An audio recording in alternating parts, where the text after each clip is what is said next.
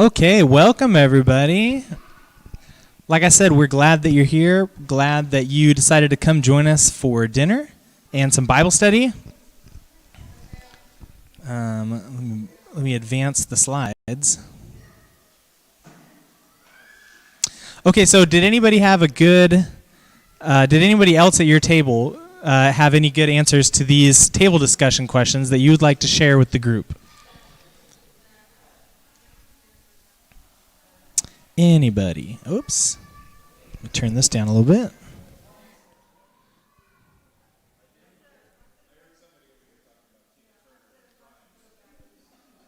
Tina Turner? Oh.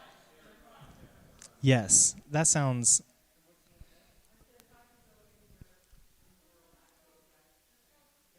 Japan. Oh. How long did you live in Japan? Oh, wow. Wow, that's awesome.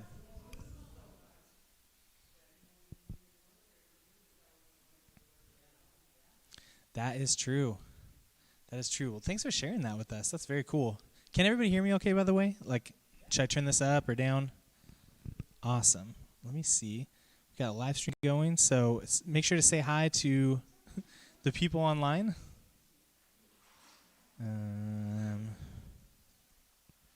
Restream chat. Okay. Okay, open in browser. So, we're continuing with our series this month talking about Hebrews chapter 11 and the idea of faith.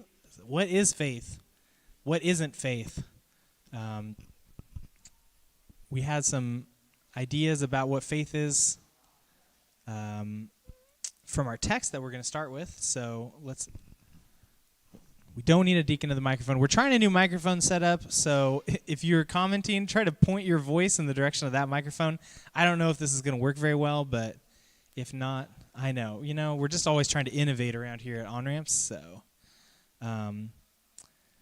Okay, so no deacon. We're all our own deacons of the microphone tonight. And our anchor verse for this month is Hebrews 11, just the beginning. It's really, I think, verse 1. But I put verse 1 and 2 here. So let's read that now, just to center ourselves on the text. And Hebrews 11, 1 and 2 says this: Faith is the reality of what we hope for, the proof of what we don't see.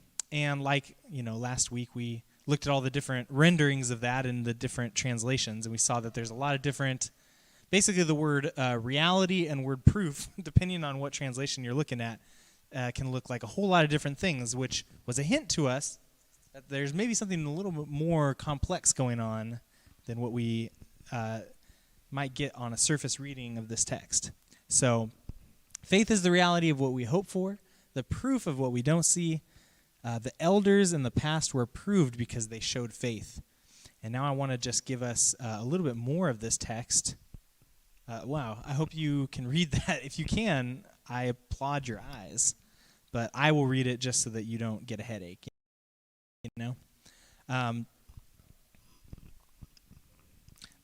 We're now going on to verse 3. 3 to 10. So that, which says, get that thing off there, which says, by faith we understand that the universe has been created by a word from God, so that the visible came into existence from the invisible. So what is visible came out of invisibility. By faith, Abel offered a better sacrifice to God than Cain, which showed that he was righteous, since God gave approval to him for his gift. Though he died, he's still speaking through faith. We'll have to unpack that. Verse 5. By faith, Enoch was taken up so that he didn't see death, and he wasn't found because God took him up. He was given approval for having pleased God before he was taken up. It's impossible to please God without faith, because the one who draws near to God must believe that he exists and that he rewards people who try to find him. Now, verse 7. By faith, Noah responded with godly fear when he was warned about the events he hadn't yet seen. There's the the theme about not yet seeing something. He built an ark to deliver his household. With his faith, he criticized the world and became an heir of righteousness that comes from faith. Now, verse 8. By faith, Abraham obeyed when he was called to go out to a place that he was going to receive as an inheritance. He went out without knowing where he was going. And we talked a little bit about that last week.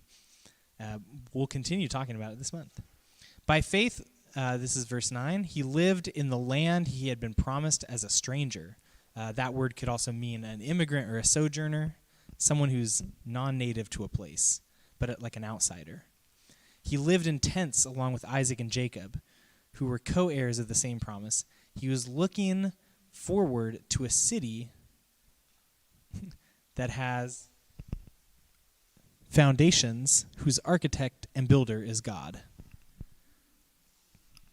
I think that's what it says. It's kind of covered up there. Can I get confirmation in verse 10? Great. Okay. That's what I thought. Well, cool. So this is just, so Hebrews 11, like we said last week, a lot of times people call it the Hall of Fame of Faith or the Hall of Faith. I kept mixing that up. But it's, the author of Hebrews has finished this long exhortation about why the hearers of this text, of this sermon, right, need to hold on to their faith in Jesus, even though they are experiencing hard times because of it, right? And, you know, goes through all these different metaphors and images about the kind of religious system that they lived in and that were kind of constructed like the world of religious meaning for them, and showed them why Jesus sort of ticks all the boxes that they would feel like they might be losing by entering into the Christian community and staying there. But now, as the sermon is coming to a close, the author kind of does this epic interpretation of the whole of the Hebrew Scriptures, starting with Abel, and going all the way through. So it goes on past this, and he just starts to give more and more stories. And the argument that the author of Hebrews is making is that the thing that has always characterized the people of God from the beginning was their faith. It wasn't, they're living in accordance with the law particularly, although that's an expression of faith. But before the law was given, there were people living by faith, you know? It wasn't by maintaining correct contact with the temple, which is something that was on their minds because, you know, the temple was becoming more and more off limits to them. Depending on when the book was written, the temple might not even exist at the time that this was written. We're not exactly sure. If you don't know, the temple in Jerusalem was destroyed in a war in the year 70 AD, which is not too long, after Jesus. Jesus died and rose, around 35, 40 AD, and so that gives you, just a couple decades, and they're just starting to write books around 70. There's probably some that have been written, but again, this is speculation. But that was a big deal, and so the argument that Jesus is the high priest, that Jesus stands, that kind of everything that the temple performed was a pointer towards Jesus, who now fulfills those things and brings them to their intended completion. These are all arguments that the author of Hebrews is making to a people who were very familiar with God working through temples and priests and these things, right? So it's almost like the sermon ends with this long story, and the author of Hebrews is going back through their sacred scriptures and saying, all the heroes that you grew up hearing about, all of the people that stood out, that were kind of like the people that you heard stories about growing up as kids, these were all people. The reason why they got into these storybooks, the reason why they were venerated as heroes of their community was because of their faith. It was the one thing that they had in common. And so the author is also saying that faith is, because of their faith, the elders of the past were approved because they showed faith. So faith is really important. He's saying, you can not have a lot of things, You can be put into circumstances where you are going to be estranged from your community of faith, or you can be estranged from kind of the ability to do sort of religious rituals and those sort of things. But he's saying if you have faith, you have everything you need, and particularly faith in Jesus. And so he's kind of making the argument that that's what's been going on this whole time. Any questions? That's kind of by way of summary, but great. And so we talked a little bit last week about faith, what the word means, and the word is pistis. There you can see it right there. And we also said that, it's kind of a hard word to translate into English. Well, it's not really the word's fault. It's more English's fault, I think. And that's like a long story. But because this word is like a noun and a verb hybrid, so it's a thing that you have, like you have faith, you exercise faith, but faith is also something that you do. And so it's got a wider range than we typically do. We have a more narrow understanding of faith than what the Bible means when it says the word faith. And this is another kind of paraphrase of Hebrews 11:1 that I thought was really good. Not really a paraphrase, but it's more of like an explanation. But by means of faith, the true people of God are willing to act decisively. See, there's that verb part of faith, right? So the faith is not just like the opinions or the ideas that you've consented to in your mind, but it's the willingness to act decisively in the visible world, not for reasons that are immediately apparent, but because an unseen, yet even more genuine, underlying substance, that's the word, the proof of things unseen, is actually means substance. That's God's reality, like compels you towards action. And we can see that in all of these stories. And the stories go on, right, as I said. But all of these stories are stories where it's the person's faith is compelling them to live a certain way against, to some degree, what would seem rational just by looking at what's around them. Why would Abraham leave the city of comfort that he had? He was living in a city back then was real nice, because if you didn't live in a city, there are no walls around where you live. Like, bad things could happen to you very easily. So living in a city was safety. It was like civilization. And for him to leave and to become a nomad, that's like downward mobility for Abraham. And so, but it was because of the promise that God had given him and the promise of what was in store for him if he left, even though he couldn't see it at the time. It was the motivation for him to leave what was familiar and to move into what was unfamiliar.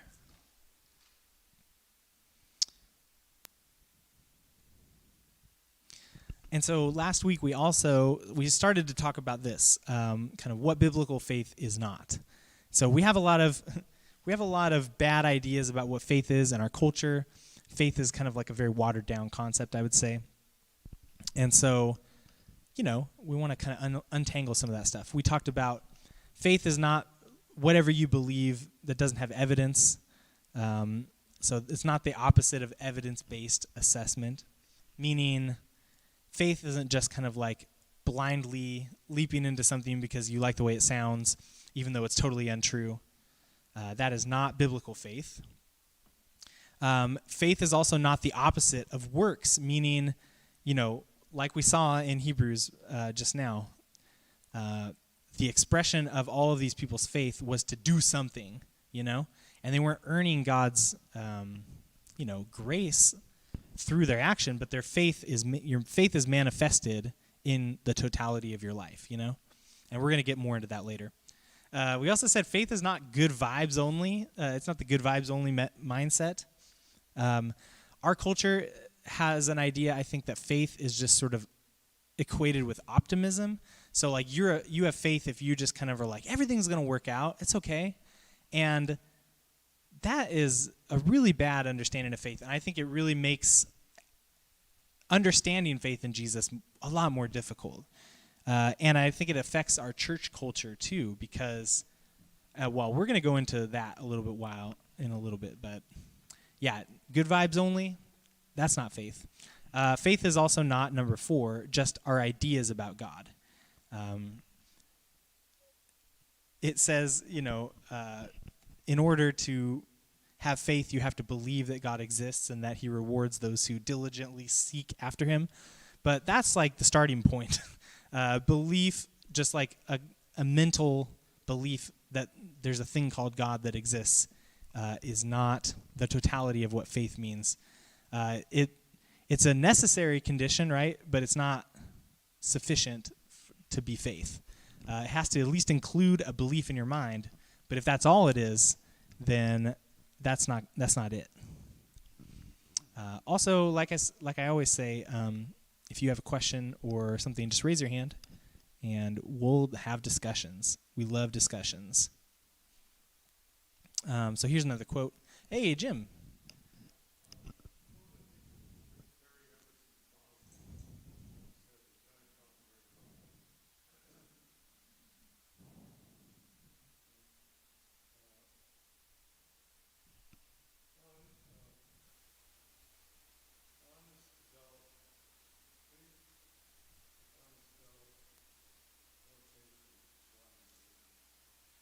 Faith with honest doubt is more faithful than blind belief. Yeah.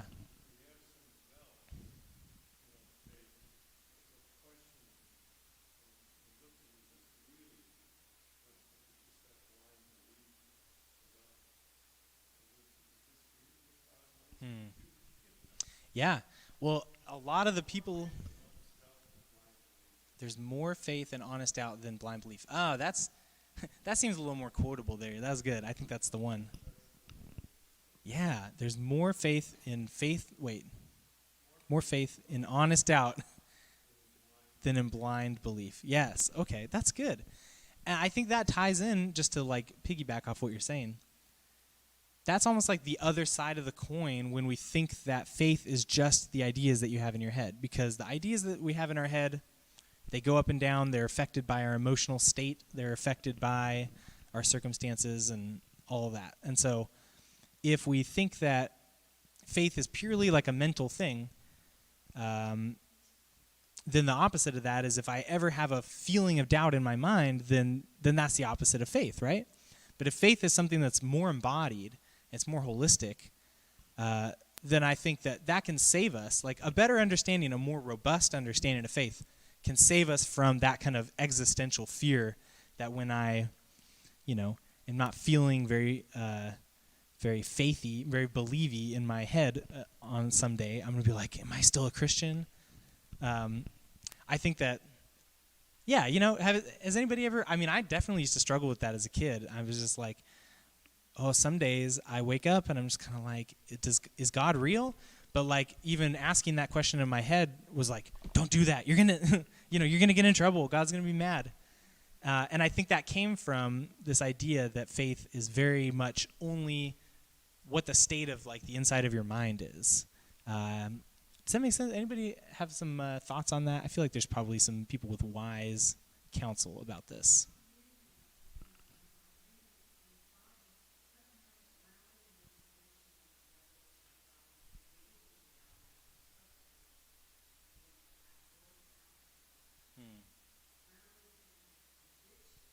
Yeah.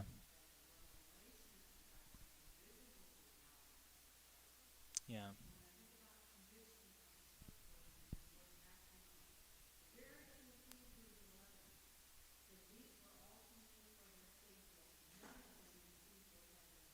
Hmm.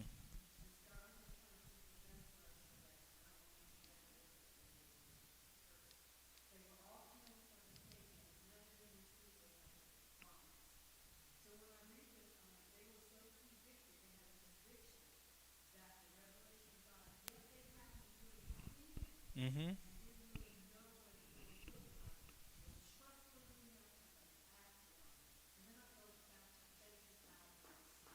Yeah, yeah.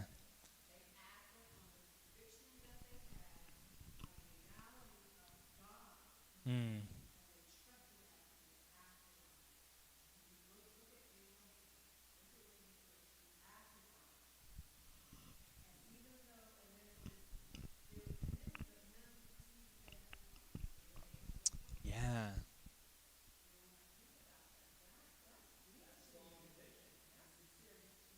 Yeah. Yeah.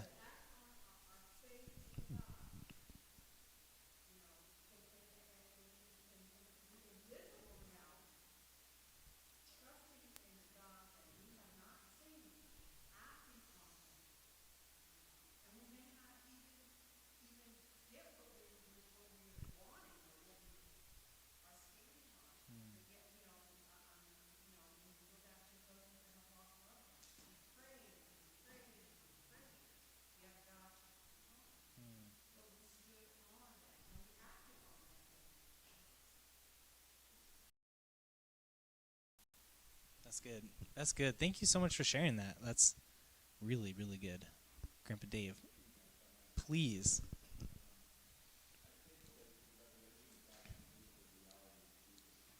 Yeah.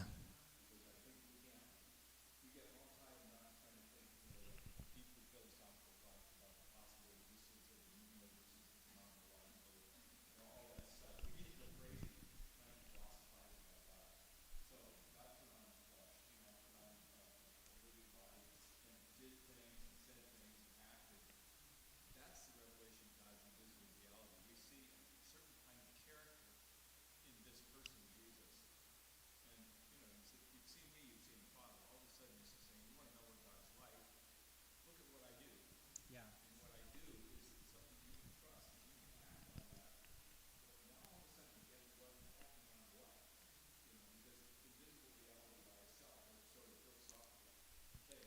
Yeah. Right.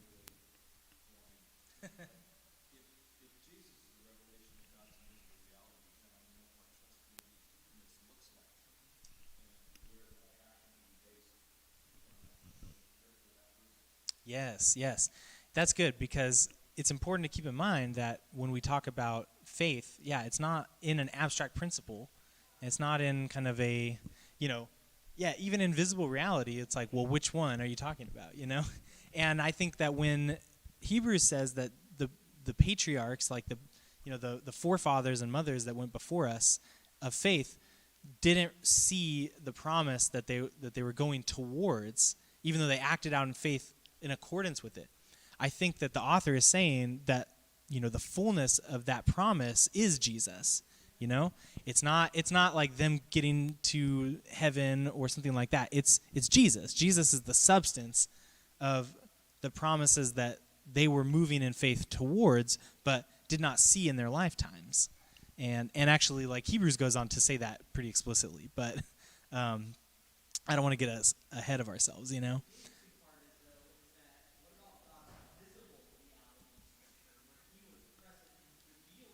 Hmm.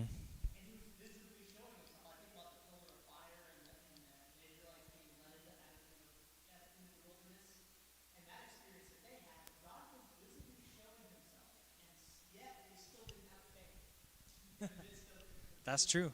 That's true. Yeah, that is. I mean, it's easy for us to be like, oh, I would have totally, you know. Oh yeah, yeah, yeah. Right, right.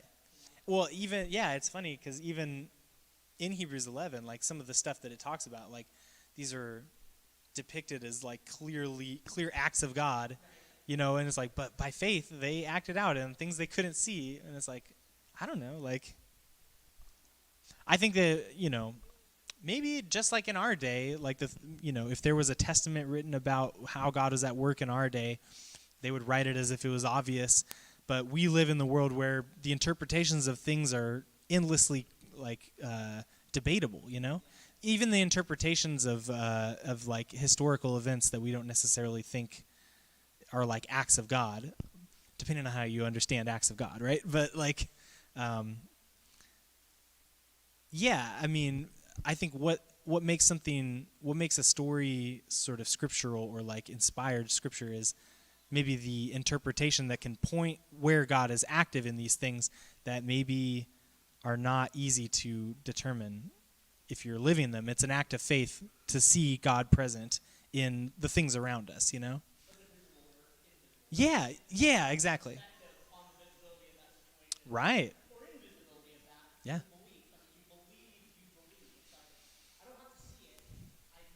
Mm. Yeah, yeah, absolutely. No, that's good.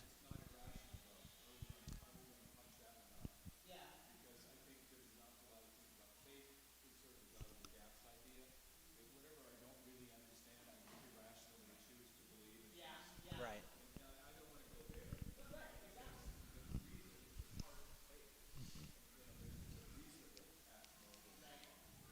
Mm-hmm. Mm-hmm. And all the ancient people of the Bible, they were thoroughly pre-modern, and so they didn't think about the boundaries between the natural world, and once you get past that, then you get into the supernatural. Like their assumption was that God or the gods, like their will suffused all of these actions. You know, when ancient nations would go to war with each other, they would depict it later on as like, well, um, the god Shamash defeated, the god Ishtar in battle, and we see that through this army beating this other army. So it's like the way that they thought about how you saw God's presence within, the historical world or whatever, just was different than ours too. So they had different assumptions about how those things broke down. But I think at the end of the day, it would have still taken faith to trust what God says about the situation. Dan, you have a comment or question?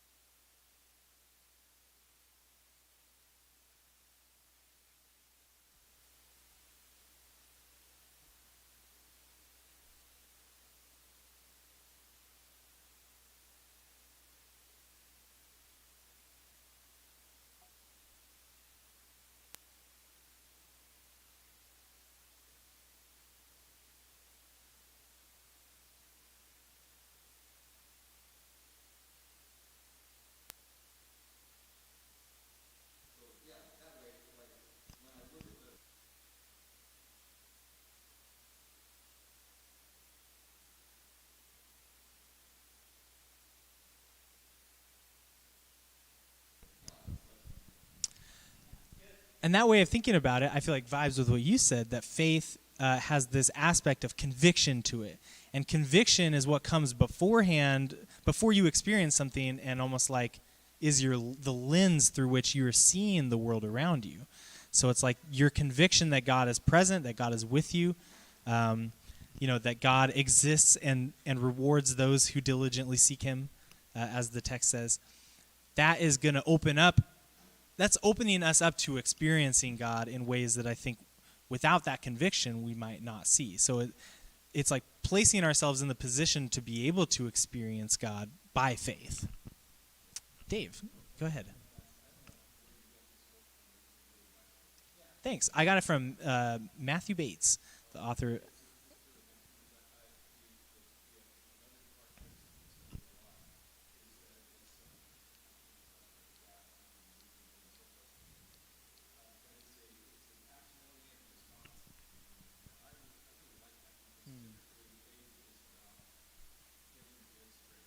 Right.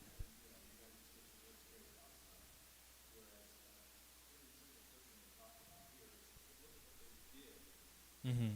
Mm-hmm.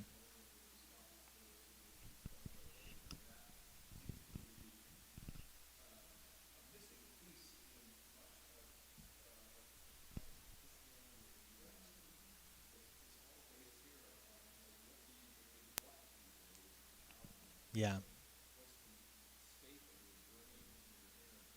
Mm-hmm.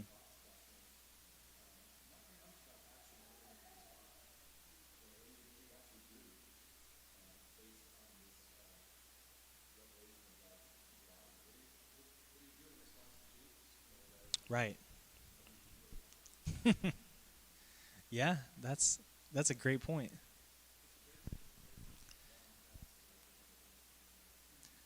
Oh, well, you know what? Here, we have a question for you.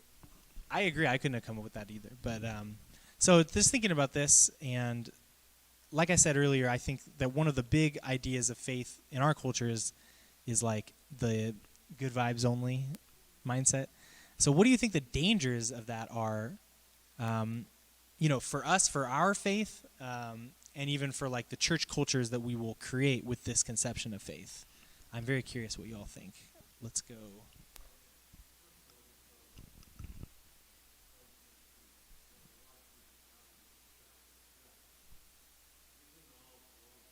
Hmm.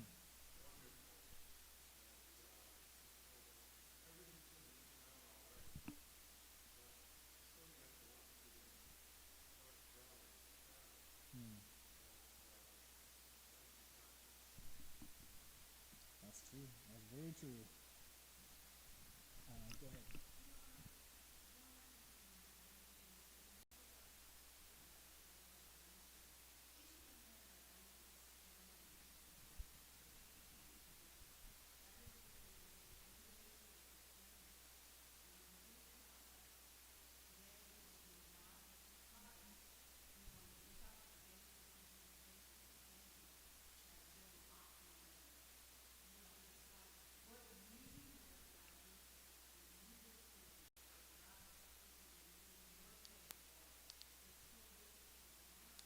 Hmm.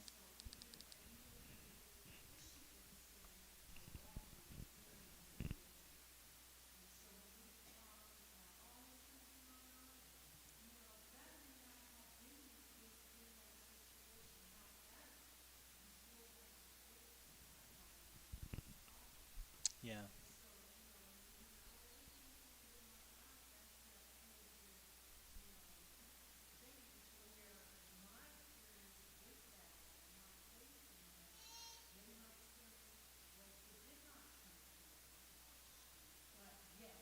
Yeah. Yeah.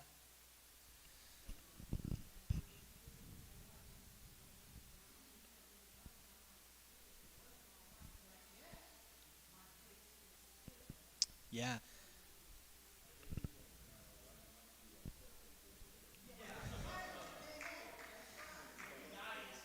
Yeah. Yeah. Right. Uh huh.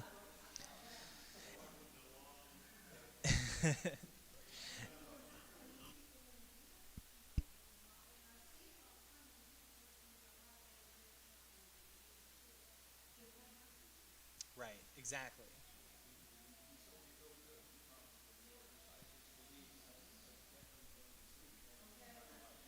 Mm-hmm. Mm-hmm. Right, right. We're setting people up for failure. We're setting people up for disappointment, and we're almost like pre-interpreting it as if this doesn't work out for you in this circumstance, basically like God is not real, you know.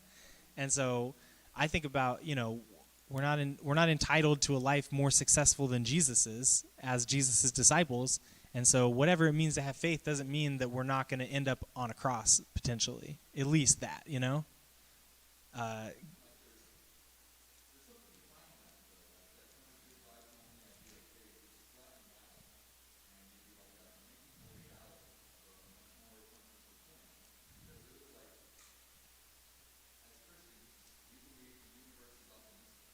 mm-hmm.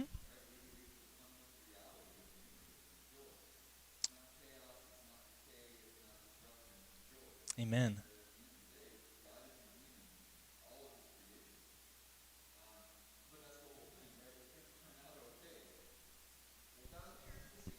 Right, right.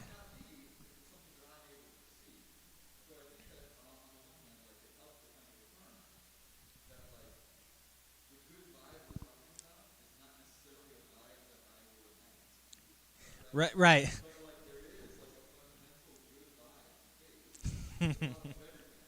Yes.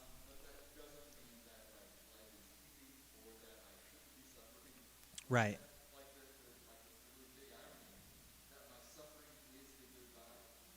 Mm.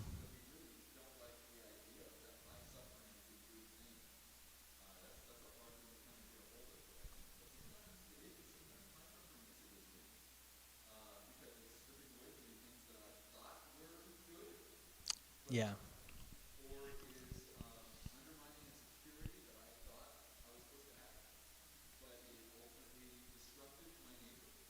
Yeah.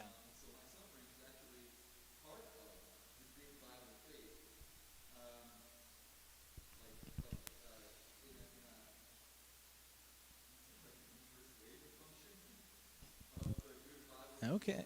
Oh, I see.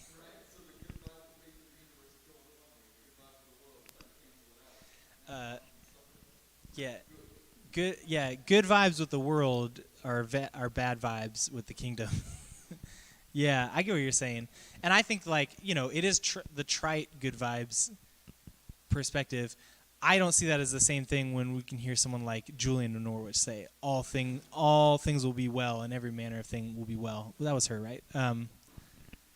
Like that that was a person who experienced like incredible suffering in her life, and because of like the mystical experience of God was able to say that. It was not out of just like, "Oh, I'm like a privileged suburban American and so everything's going to be okay," I think our church culture's good vibes sort of mandate really comes more from our comfortability in this world than it does from a conviction that God is making all things new, and that even though we can't see that for one because a lot of times we're very connected with we're disconnected from the real suffering in the world.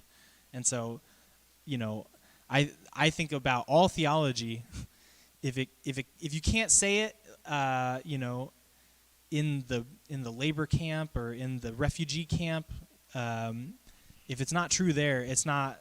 You shouldn't say it, And I think a lot of times we have theologies that only work from the context of extreme privilege, of like world historical global privilege.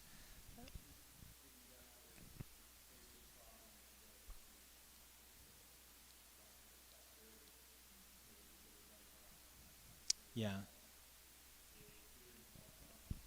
Mm-hmm. Mm-hmm.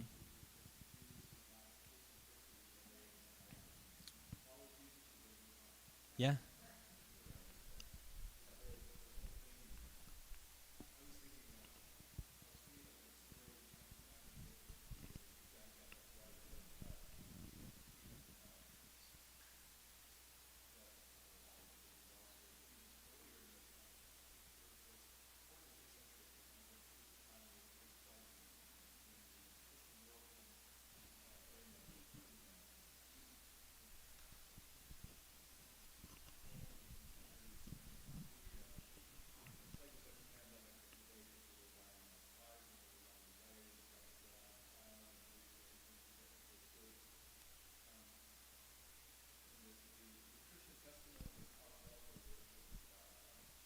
Right.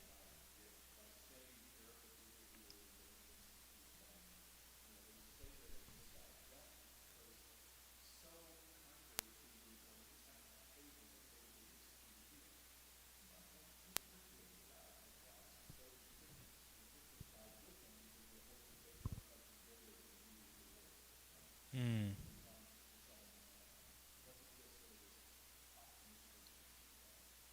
Yeah. And the reason why we know about that incident, I think, is because of the testimony of the acts of faith of the Christians in that place. Because the story that Grandpa Dave is talking about, like we in the modern world know about it because of writings that were not written by Christians saying, "Hey, when this plague happened, we were all here and we stayed here and we're great." No, it actually comes from like people who were against the Christian church. It was like someone writing to one of the Roman emperors, and basically they were like, "It's really hard to recruit people into like the cult of the emperor nowadays because these Christians live such noble lives that everyone wants to be like them." And we saw this plague happen, and we saw that like when everyone was running in fear and like basically leaving their loved ones out on the road to die because they were afraid to be around them, to tend to them, that the Christians were the ones who stayed in the city and tended to the sick people, and a lot of times got sick themselves because of it. And due to that, this is maybe like years later, they're saying, nobody wants to come to our churches anymore, our like Roman Empire churches. Everybody's worshiping Jesus now. And so, yeah, exactly. we see the way that God works through faith, right? Like that was an act of faith that embodied itself in a way of life that was not based on self-preservation, but was based on a conviction that living like Jesus is more important than keeping yourself, free of the plague, I guess.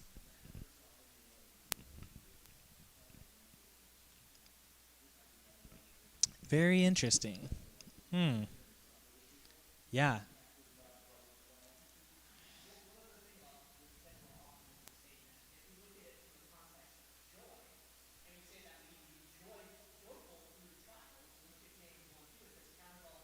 Mm-hmm.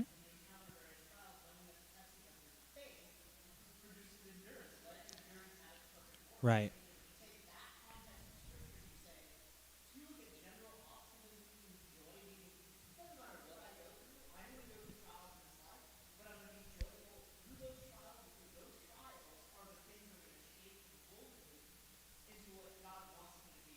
Yeah. Yeah.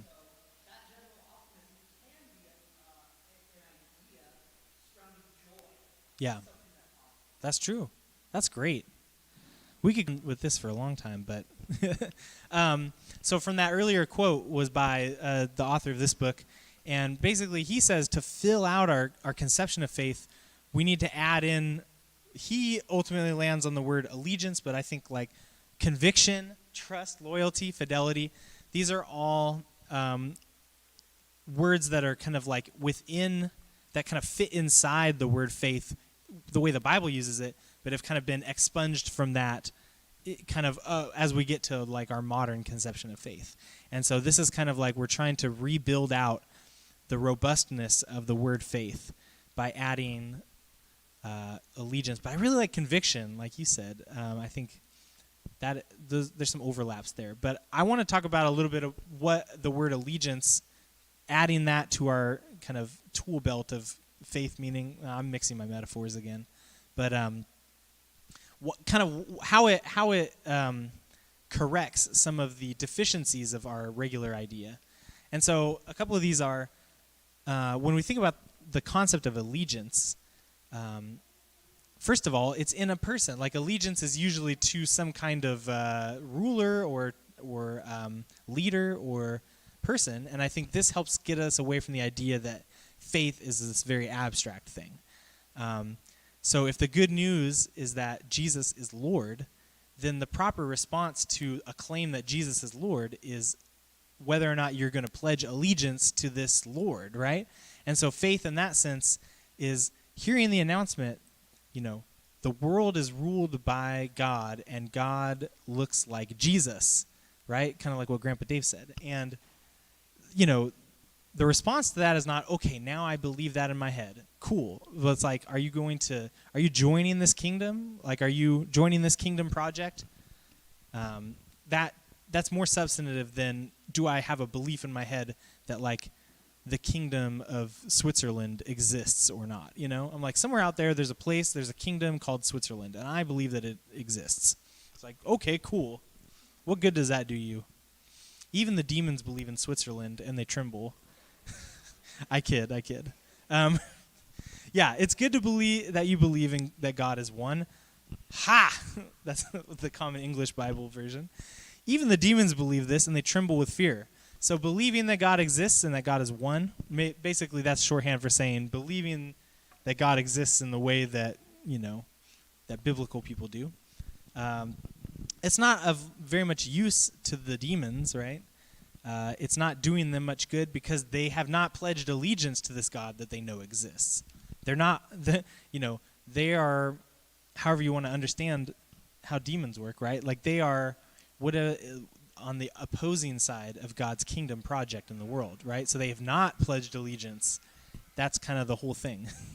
And so belief that something exists by itself, inadequate. It's important. You can't really pledge allegiance to something that you don't think exists. So we kind of went over this. I'm going to skip this question, but I think you know why. Faith and evidence are not opposites. So another thing about allegiance, right? It's always At the same time, it's about ideas, it's about embodied action, and it's about relationship. So all of these things are aspects of faith that are important, you know? Faith or belief can be about an abstract idea, but allegiance is to a king. I think we said that already. I think that having a fuller picture of faith really, it kind of, it gets rid of that sticky thing about like, well, is it faith or works? Like, am I saved by faith or works? As we've said before, that way of thinking kind of goes back to the Protestant Reformation when there was a lot of particular things happening there. It's an issue that developed in medieval European theology. Right? It's not all of our situations, and so we should recognize it for what it is, as like a historical development or whatever, but it's really not the issue that's happening in the Bible. When Paul is talking about we're saved by faith and not by works of the law, like that's a completely different context than what Martin Luther was talking about and his critiques of the Catholic Church in the 1600s. So we tend to read back that Reformation argument onto the Bible. If this is going over your head, I apologize, but it's all I'm trying to say is that we made this into an issue that now we're racked with, like, well, if I do something, then am I trying to earn God's salvation? And like, no, you're not. So, but you still have to follow Jesus, you know?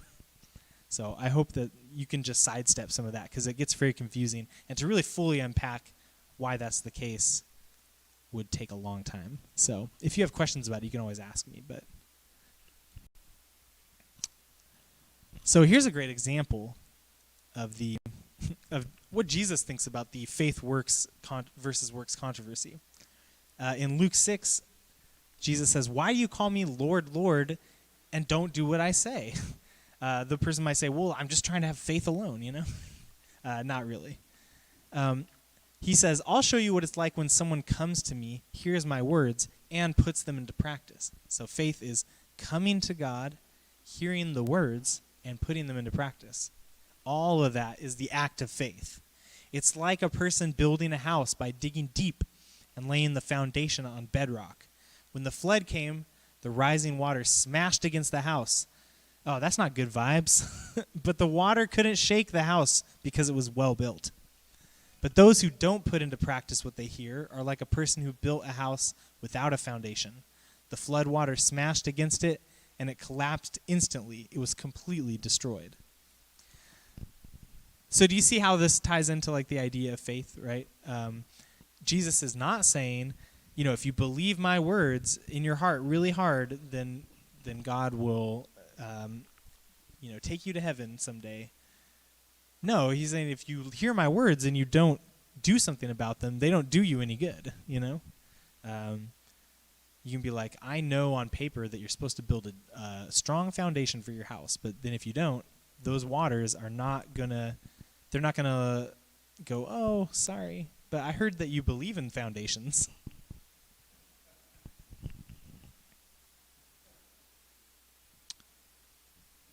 Okay, we just talked about this. So another thing, allegiance or conviction, I think also functions like the more holistically, right? It's deeply personal. It's about like our son and daughtership with God, but it's also about everything. So I said allegiance to Jesus as Lord changes how we relate to ourselves, to God, to our neighbor, and the creation around us, which is a lot more than just the word belief usually implies. And up here, I don't know if you can see this, but this is a teaching tool we use a lot at on-ramps. I call it a salvation compass, but I don't know if that's the official name. But these are all the intersecting aspects of our lives, the relationships that make us who we are. And these are all the different directions in which God is like redeeming these relationships. So like my relationship with myself, my relationship with my neighbor, my relationship with God, and my relationship with creation. The whole totality of these things is where we find God's saving work playing out in our lives. God is restoring all of these relationships back to shalom. And I just like it. It's like a great way to think about how God is at work. It's not just that God is just like forgiving my sins, boom, you know? But that's an aspect of it, but that's definitely not the whole thing. There's a lot more going on, and that means also that faith is affecting the lens through which we see all of these relationships around us. So how we said it was like a conviction that like changes your sight, your ability to perceive where God is at work. That's another aspect of it. Another thing is that faith is not like a static thing. So when we think about allegiance, I think it brings us into relief. It says allegiance is not static. It's moving towards some kind of goal. You don't pledge allegiance to a king just for no reason or because, I don't know. But like, you're being a part of a thing that's going somewhere. The kingdom of God is not just like territory that's just static and sitting here, but it's God's reconciling work that's moving through creation, right? So I guess the kingdom of God maybe is more like an insurgency than like a territorial kingdom, because it's a territorial kingdom that's like expanding, pushing against, the rulers and authorities of the world as it is now, and is moving us towards this future state where there will be good vibes for all. I'm really going off on these different metaphors, right? So I want us to look at real quick, maybe we can do this kind of to finish up. But one of the places where we can try to like draw out the different aspects of faith is in the Lord's Prayer. So Jesus teaches his disciples how to pray. I think Pastor Reese talked about this on Saturday. But the Lord teaches us the right way to pray, and, that's important information that we should understand. But I think it also gives us an insight into the different aspects of faith. So what I want you to do with your neighbors is discuss, like, what are the different aspects of faith that are being taught to us through this prayer. So try to look at this prayer and the things that it's having you express to God, right?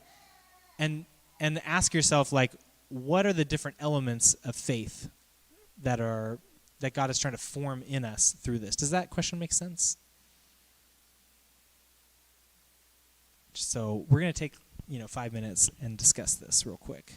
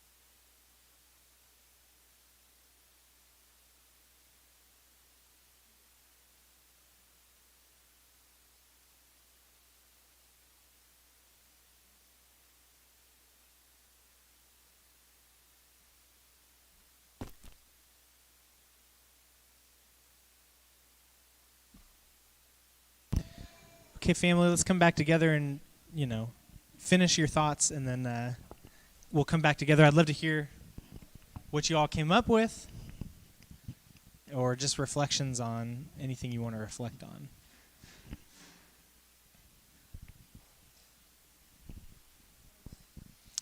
Who will be brave and go first? Oh, someone got volunteered.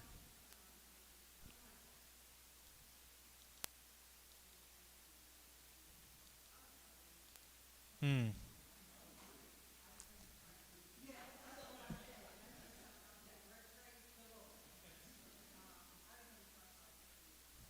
Hmm.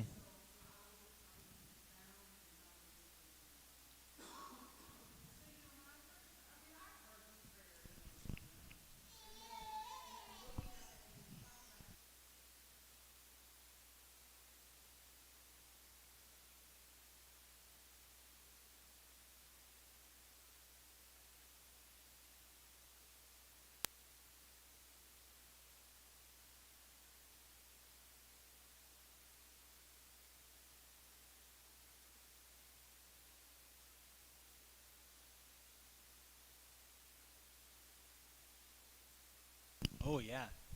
Oh yeah.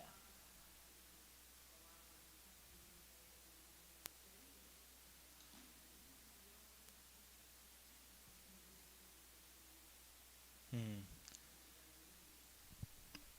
The great thing about praying prayers like this is they are forming us, even if we don't fully understand the depth of them, you know? And so it's like, I think that's one of the reasons why Jesus gave us a prayer like this to pray.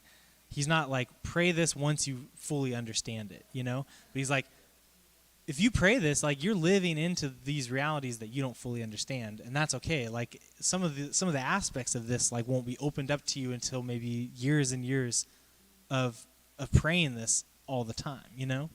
And so I think there's a formative aspect to prayer that works. Sometimes we think of prayer as only like expressing what's inside of us to God. And in that context, praying a prayer that someone else wrote seems inauthentic, you know? But if we also can think of, sometimes prayer is that, just like there's a lot of psalms, like, but even a psalm was one person's spontaneous prayer that was written down and formed thousands of people for years and years after that. But like, so both of those are aspects of prayer for sure. So I don't think that we really have to understand the depth of what a prayer means before it can start to work on us, you know, and start to form us in a certain direction. Dan, were you going to say something? And then you, Dave. Hmm.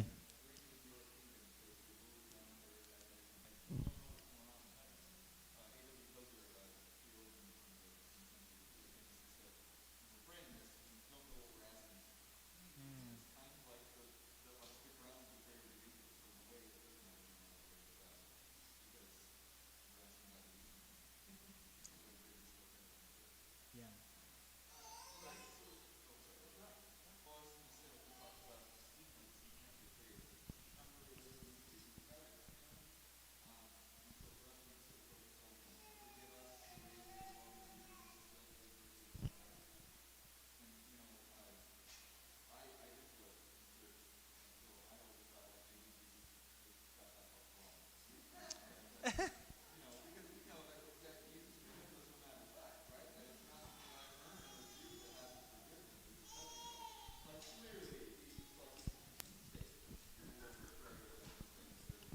Whoops.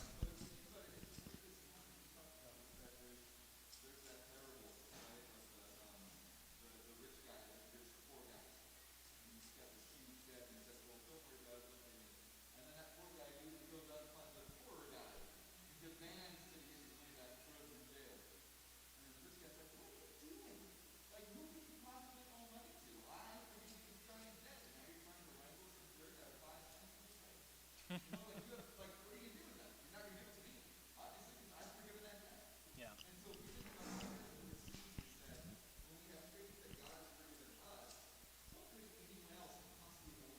Mm. Right, right. Yeah.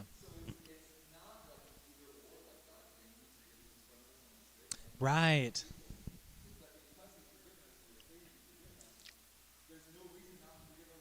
Yeah. Right.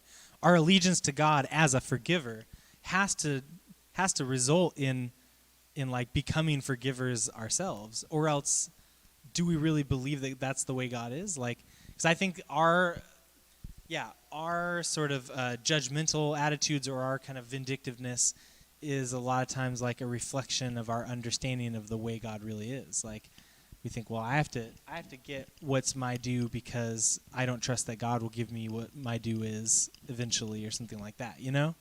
Or like if God is going to be exacting, you know, all of my disobediences at some point, then I better be doing that to everybody else. And like, it's kind of this great chain of of like, yeah, we act in the world as if the way we think that God is towards us. And so if you really believe that God is not holding what, you know, our transgressions against us, but then we're doing that to other people, it's like a clear sign of our lack of faith. I think you're right. It's not God is like offering a quid pro quo, though. Yeah. A person who is not able to forgive or is holding things against other people, I think it's more a reflection that they have failed to really like comprehend or grasp what God has done for them, you know? Any other ones? I can share mine with you all if you want. And I, like you said, I was like, oh, the first words, you know, our Father.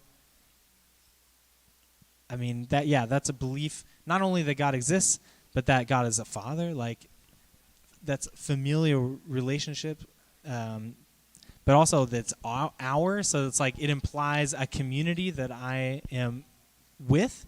So there's the individualism goes right out the door, first word, right?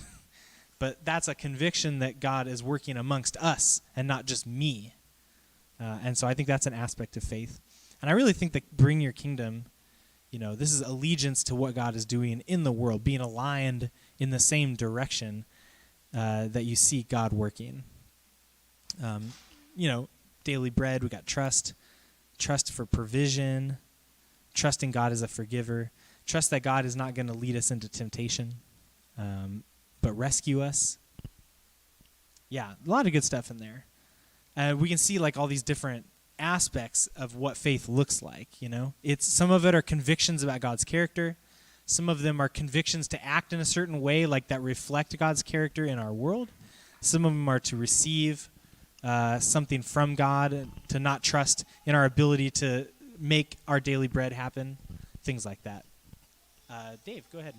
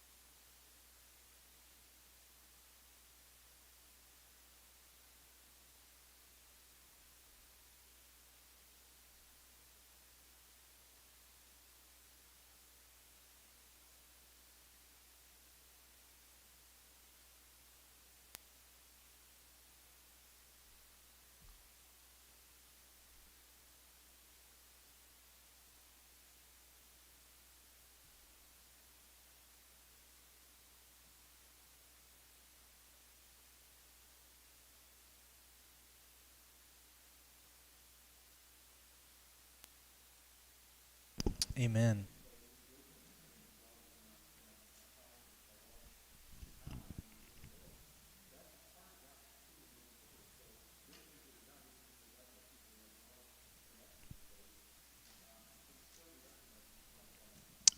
Absolutely.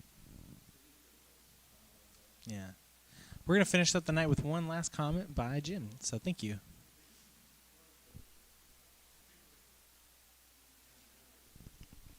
Mm-hmm.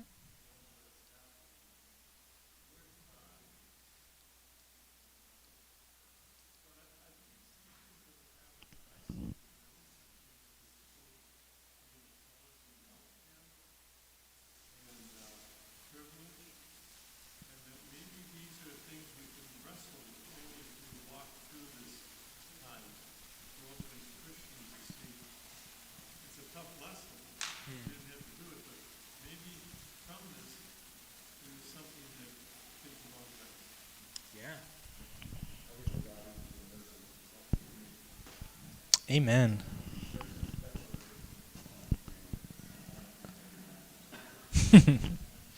Well, this has been a great discussion tonight, y'all. I really appreciate every one of you. Even if you didn't comment, that's okay. Your presence is great, and we know some of us are more talkative than others. That's all right. So we're going to continue this for the rest of the month, talking about faith. So next week, same time, same place. We'll see you there, and we're going to be starting choir practice. So if you could help fold a table and stack a chair. Just kidding. The opposite of that. But yeah, blessings, and see you next week.